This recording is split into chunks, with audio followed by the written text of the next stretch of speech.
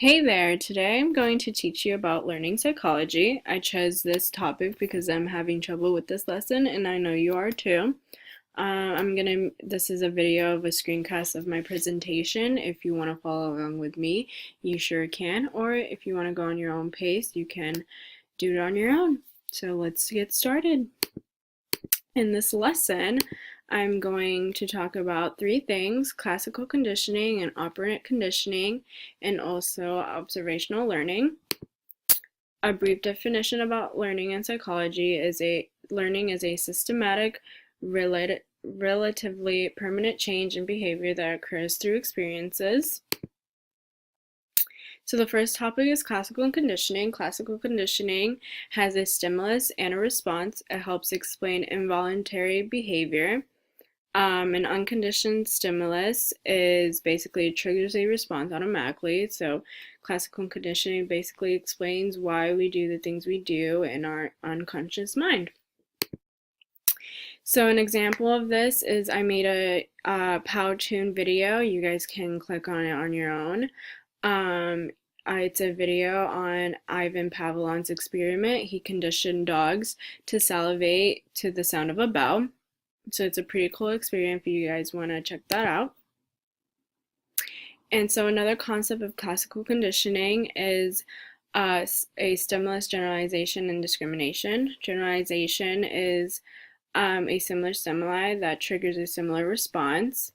And discrimination is a response to certain stimuli and not to others.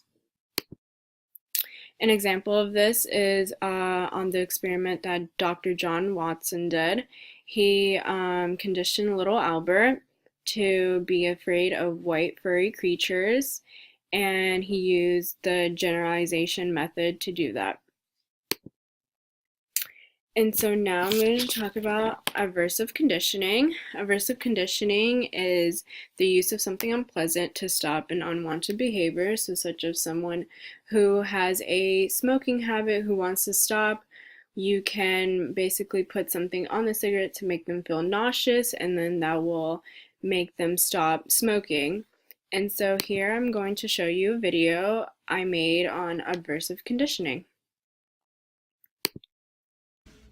So today I'm going to use aversive conditioning on Christine to make her stop smoking cigarettes by putting something nauseating on her cigarettes.